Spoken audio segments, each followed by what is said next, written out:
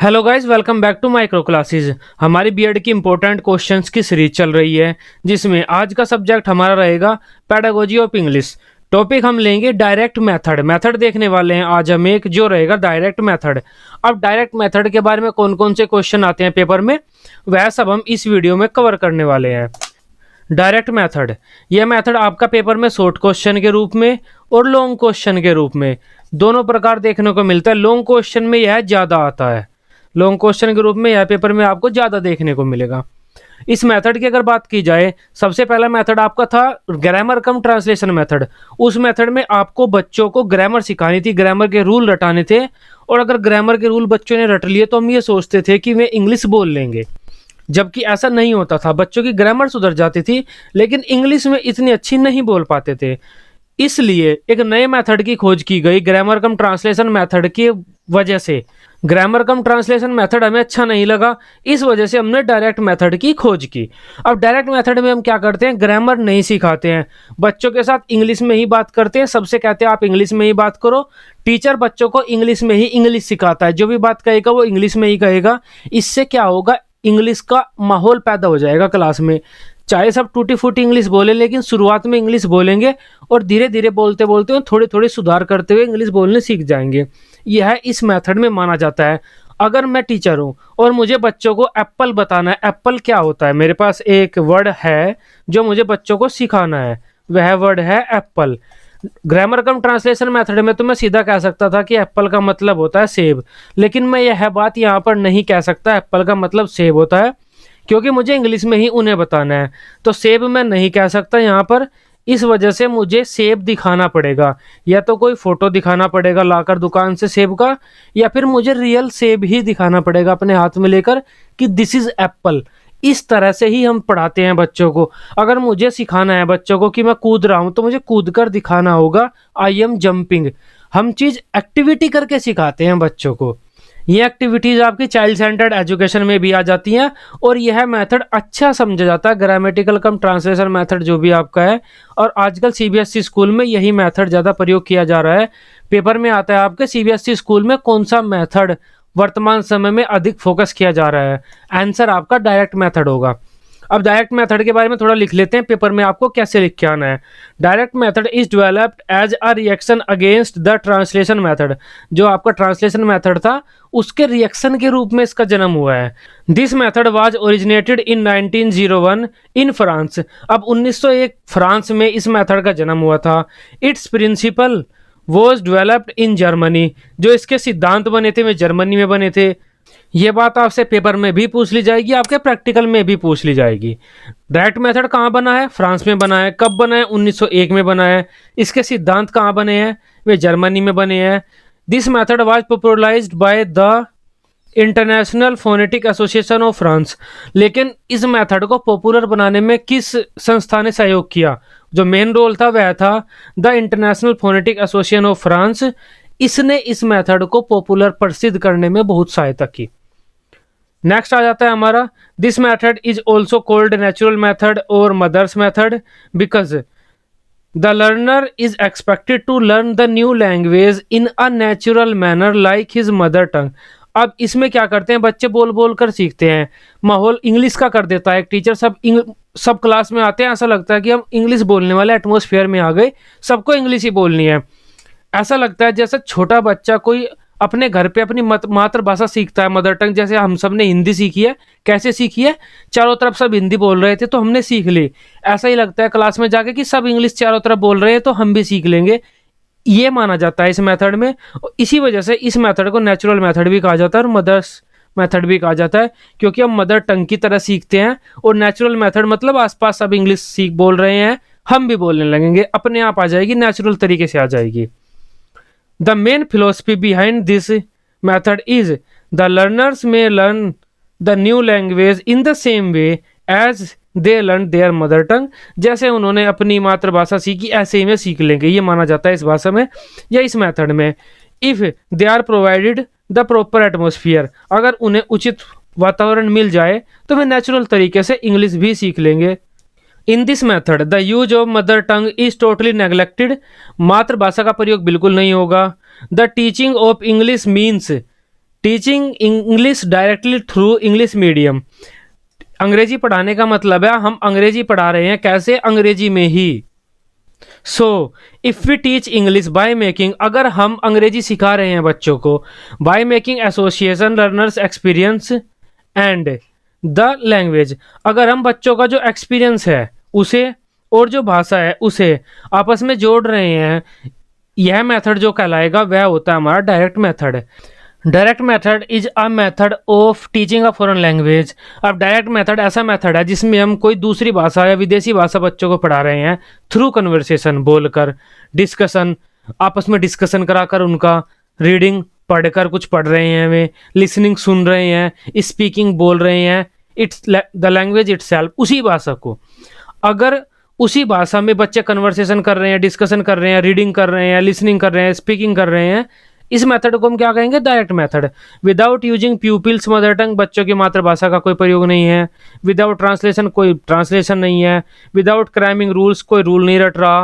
Without formal grammar, कोई बच्चों को नियम से ग्रामर नहीं सिखा रहा पेपर पेंसिल लेकर, उसे फॉर्मल ग्रामर कहते हैं जो नियम से ग्रामर सिखाते हैं। ये सब काम इसमें नहीं होते डायरेक्ट मेथड में। In this method a teacher tells the meaning of the word by pointing a object or its picture or performing any action like it is apple, that, a chair, a boy, anything else। इसमें teacher क्या करेगा? अगर उसे कोई point बताना है या कोई शब्द का मीनिंग क्लियर करना है तो उसे या तो कोई पिक्चर दिखानी पड़ेगी, कोई ऑब्जेक्ट दिखाना पड़ेगा लाकर, जैसे एप्पल है तो एप्पल आना पड़ेगा, परफॉर्मिंग एनी एक्शन, या फिर कोई एक्टिविटी करनी पड़ेगी जिससे बच्चे समझ जाएं कि यह एप्पल है या एप्पल का मतलब क्या होता है। Like this is Apple, that is a chair, chair की तरफ उंगली करके दिखाना होगा, that is a chair, that is a boy, और एनीथिंग एल्स, जो भी है। या तो उस चीज को दिखाओ, उस चीज से संबंधित कोई चीज बच्चों को दिखाओ, जो भी मीनिंग, जो भी फ्रेज, जो भी सेंटेंस, किसी भी चीज का आप मतलब क्लियर करना चाहते हैं। अगर टीचर कह रहा है आई एम रनिंग, भागते हुए, तो इसका मतलब बच्चे समझ जाएंगे कि वह भाग रहा है, इसका मतलब ये रनिंग है। अब ये लाइन बहुत इंपॉर्टेंट है, आपके प्रैक्टिकल में पूछी जाती है। In this method the unit of language is sentence not word. इसमें हम वाक्य पर ज़्यादा बल देते हैं, शब्द पर नहीं। बच्चों को एक एक शब्द नहीं सिखाते हम, इस मेथड में सेंटेंस सिखाते हैं कि सेंटेंस बोलो, कन्वर्सेशन करो, इंग्लिश में बोलो। सेंटेंस अगर आप बोलने सीख गए, आप इंग्लिश सीख जाएंगे। जो ग्रामर कम ट्रांसलेशन मेथड था उसमें हम वर्ड पर ज़्यादा बल देते थे, सेंटेंस पर इतना नहीं देते थे। एक डेफिनेशन ले लेते हैं। According to Felix Franks, the movement a concept and a foreign word. Foreign word कोई विदेशी शब्द है और उसका कॉन्सेप्ट है, जो उसका मतलब है उस शब्द का, are immediately brought into contact, अगर एक साथ ला दिए जाएं या बच्चों की समझ में आ जाएं without the intervention of native word, मातृभाषा या मातृभाषा के जो शब्द हैं उनका प्रयोग किए बिना बच्चों के जो विदेशी वर्ड है और उसका मतलब है कॉन्सेप्ट वो समझ में आ जाए। We have the direct method, इसके लिए हमारे पास क्या है? डायरेक्ट मेथड है। ये डायरेक्ट मेथड की डेफिनेशन है, पेपर में आप लिख सकते हैं। अब डायरेक्ट मेथड से संबंधित आपसे काफ़ी सारी चीज़ें पूछी जाती हैं, merit, advantage, characteristics, features, plus इसके साथ आपके साथ डीमेरिट्स भी पूछी जाती हैं। वे हम इसी वीडियो में आगे कवर करने वाले हैं। अगर कुछ भी आता है आपके पेपर में, एडवांटेज आते हैं, कैरेक्टरिस्टिक आती है, मेरिट आती है, फीचर आता है, इवन प्रिंसिपल भी अगर आपसे पूछ लिए जाए, आपको यही सारी हेडिंग्स लिखनी है। मैं आपको हेडिंग्स बता देता हूँ, हेडिंग्स कौन कौन सी हैं। 10 हेडिंग यहाँ पर ली हुई है, कोई भी 7-8 हेडिंग आप ले सकते हैं, उनके बारे में वहाँ पर लिख सकते हैं। पहली हेडिंग है हमारी नेचुरल मेथड। जो डायरेक्ट मेथड है वो एक नेचुरल मेथड है। इसमें बच्चे नेचुरल तरीके से इंग्लिश बोलना सीखते हैं, कोई रटते नहीं है, कोई रूल नहीं रटते हैं, कोई सेंटेंस नहीं रटते हैं। टीचर बोल रहा है, दूसरे बच्चे बोल रहे हैं, दूसरे टीचर बोल रहे हैं, उन्हें सुन सुन के मैं अपनी लैंग्वेज बोलने लगेंगे। ठीक ऐसा ही होता है आपका जब मदर टंग आप सीखते हैं। Use of target language. अब जो ग्रामर कम ट्रांसलेशन मेथड था, ग्रामर कम ट्रांसलेशन मेथड, उसमें हम इंग्लिश सिखा रहे हैं लेकिन हिंदी में सिखा रहे हैं, सारे रूल हिंदी में रटाएंगे। बच्चों को हम हिंदी बुलवा रहे हैं और सारा दिन हिंदी बुलवाते हैं बच्चों से और सोचते हैं इंग्लिश आ जाएगी उन पे, ऐसा नहीं होता। इसमें क्या किया जाता है, अगर इंग्लिश सिखा रहे हैं तो इंग्लिश में ही बातचीत होगी, इंग्लिश में लिखना होगा, सब कुछ इंग्लिश में होगा। थर्ड पॉइंट है ग्रामर इज टॉट इंडक्टिवली। अब जो ग्रामर बच्चों को सिखाते हैं हम बोल बोल कर ही सिखाते हैं। आई एम सब आई एम बोलते रहेंगे, किसी दिन हम कह देंगे आई के साथ यूजुअली एम ही लगता है। इस तरह से बच्चे ग्रामर के नियम भी सीख गए और उस नियम को वे पहले से ही जानते थे, क्योंकि बोलते टाइम वे आई के साथ हमेशा एम ही लगा रहे थे। हमने पेपर पेन पे लिखवाया नहीं उनसे कि आई के बाद हमेशा एम लगेगा और आप रटो इस बात को, रटवाया नहीं। ग्रामर सिखाई हमने उन्हें, इनफॉर्मल वे में सिखाई, इंडक्टिवली सिखाई। फोर्थ पॉइंट आ जाता है हमारा use of audio visual aids. इसमें टीचर को ऑडियो विजुअल एड्स का ज़्यादा प्रयोग करना पड़ता है क्योंकि वह हिंदी नहीं बोल सकता। चाहे कोई भी लाइन उसे मिली हुई है उसे इंग्लिश में ही बताना पड़ेगा, कोई फोटो वगैरह दिखा के बताना पड़ेगा। चाइल्ड सेंटर्ड है, बच्चे भाषा बोल बोल कर सीख रहे हैं तो चाइल्ड सेंटर्ड हुई है। बच्चे ग्रामर के नियम नहीं रट रहे, खुद बोल बोल कर सीख रहे हैं, एक्टिविटी में सीख रहे हैं, टीचर बोल रहा है, टीचर के साथ इंटरेक्शन कर रहे हैं, इससे चाइल्ड सेंटर्ड हो जाता है method. Learning in natural environment, बच्चे नेचुरल एनवायरनमेंट में लर्निंग करते हैं। अब हम इंग्लिश सीख रहे हैं लेकिन हमारे आसपास सब हिंदी बोल रहे हैं, यह एनवायरनमेंट नेचुरल नहीं हुआ। लेकिन हम इंग्लिश सीख रहे हैं और हमारे आसपास सब इंग्लिश ही बोल रहे हैं, यह एनवायरनमेंट हमारा नेचुरल एनवायरनमेंट होता है। इस वजह से इसमें सब इंग्लिश बोलते हैं और इंग्लिश ही सीखते हैं, तो यह नेचुरल एनवायरनमेंट में बच्चों को लर्निंग कराता है। लर्निंग बाय प्रैक्टिस, बच्चे क्या करते हैं, प्रैक्टिस करते हैं, बोलने की प्रैक्टिस करते हैं, दूसरे बच्चों के साथ प्रैक्टिस करते हैं, प्रैक्टिस कर करके सीखते हैं, रटकर नहीं सीखते। ये इसका फायदा है, मेथड का कैरेक्टरिस्टिक है। Focus on correct intonation and gesture, अब बच्चे बोलते हैं, दूसरों को बोलते हुए देखते हैं, उनके चेहरे पर भाव आते हैं। कोई टीचर किसी बात को कह रहा है तो उसके चेहरे पर में भाव आएंगे और वही भाव बच्चे पकड़ेंगे।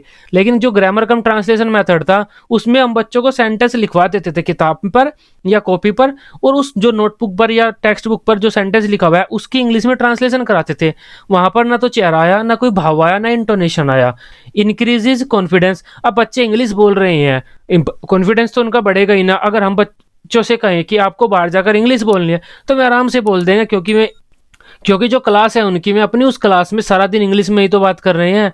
10th पॉइंट हो जाता है हमारा अवॉइडेंस ऑफ क्रैमिंग रूल्स। इसमें हम कोई रूल नहीं रटाते, बच्चों को प्रैक्टिस कराते हैं, बुलवाते हैं, लिखवाते हैं, सब कुछ कराते हैं, लेकिन रूल नहीं रटाते।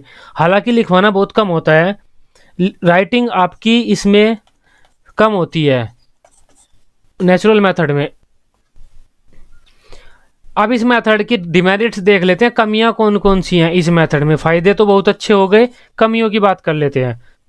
पहली कमी हमारी हो जाती है totally नेग्लेक्ट्स the mother tongue.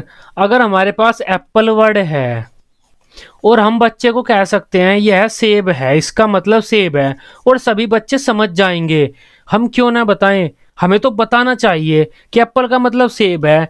Teacher की मेहनत बच गई, वो बच गया, आपका टीचिंग एड बच गया, उसे सेब खरीद कर नहीं लाना पड़ा, काफ़ी सारी चीज़ें बच गई। लेकिन इस मेथड में ऐसा नहीं प्रयोग कर सकते हम, यह इसका एक नुकसान है। Second point, it is a time consuming method. अब एक चीज़ को स्पष्ट करने के लिए अगर मैं आपको टेंस बता रहा हूँ, टेंस किसे कहते हैं, बस टेंस समझा रहा हूँ, और हिंदी में बताऊंगा तो आप जल्दी समझ लेंगे, लेकिन अगर इंग्लिश में ही मैं आपको टेंस समझा रहा हूँ तो आपको समझने में टाइम लगेगा। थर्ड पॉइंट हो जाता है हमारा it is not suitable for crowded classes. अगर किसी क्लास में आपके 150 स्टूडेंट्स हैं तो मैं सबको नहीं बता सकता, डेली कन्वर्सेशन सबको नहीं करवा सकता, सबके साथ बैठकर बात नहीं कर सकता। ये क्राउडेड क्लासेस में इंपॉर्टेंट नहीं है, मतलब फ़ायदेमंद नहीं सिद्ध होगा। फोर्थ पॉइंट है हमारा 1-to-1 interaction is mandatory in it. इस मेथड में 1-to-1 इंटरेक्शन मैंडेटरी है, जो कि पॉसिबल नहीं हो पाती हमेशा। 60-70 बच्चे भी अगर क्लास में है, 1-to-1 इंटरेक्शन हम बच्चों के साथ नहीं कर सकते। फिफ्थ पॉइंट है it cost a lot to a teacher. सेब खरीदना पड़ेगा, किसी दिन उसे बॉल बतानी पड़ी, फुटबॉल क्या होती है, उसका मतलब क्या होता है, तो फुटबॉल खरीदनी पड़ेगी या उसका कोई फोटो निकलवाना पड़ेगा, पैसे लगेंगे टीचर के इसमें काफ़ी सारे। सिक्स्थ पॉइंट है हमारा there is not enough writing. हाँ, ये मैं आपको बता रहा था, इस मेथड में इतना राइटिंग स्किल पर बल नहीं दिया जाता। हाँ, बोलने पर आपके बल दिया जाएगा, इसके अलावा सुनने पर भी बल दिया जाएगा, लेकिन लेखन कौशल पर इतना बल नहीं दिया जाता। सेवंथ पॉइंट है हमारा sometimes grammar is neglected only the use of language is focus. अब ये आप देख सकते हैं जो सीबीएसई वाले बच्चे हैं उनकी ग्रामर इतनी स्ट्रॉन्ग नहीं होती, लेकिन इंग्लिश बोल लेते हैं। हमें ग्रामर के सारे रूल उन्हें रटे नहीं होंगे, इंग्लिश बोल लेंगे वे, क्योंकि इसमें कभी कभी टीचर क्या करता है, जो ग्रामर है उसे पीछे छोड़ देता है, सिर्फ लैंग्वेज के प्रयोग पर बल दे देता है। एट्थ पॉइंट है हमारा preparing the lesson plan in it is a big deal for a teacher. अगर मुझे एक लेसन प्लान बनाना है और मुझे एक टॉपिक मिला कि आपको लेसन प्लान बनाना है किस चीज़ पर, कुछ नहीं, बच्चों का जाकर बस आपको भाषा बुलवानी है, क्लास में जाओ, बच्चों पे इंग्लिश बुलवाओ, ठीक है मुझे बुलवानी है मैं बुलवाऊंगा, और उस चीज़ पर मैं लेसन प्लान बना रहा हूँ तो मैं क्या बनाऊँ? लेसन प्लान बनाना कहाँ से लेके आऊँ, क्या टॉपिक कैसे लेके चलूँ, बच्चों से कन्वर्सेशन करानी है। अब बोर्ड पे तो हम सब कुछ लिख के बता नहीं सकता ना बच्चों को इस मेथड में। लेसन प्लान बनाना भी इसमें काफ़ी बड़ी बात हो जाती है।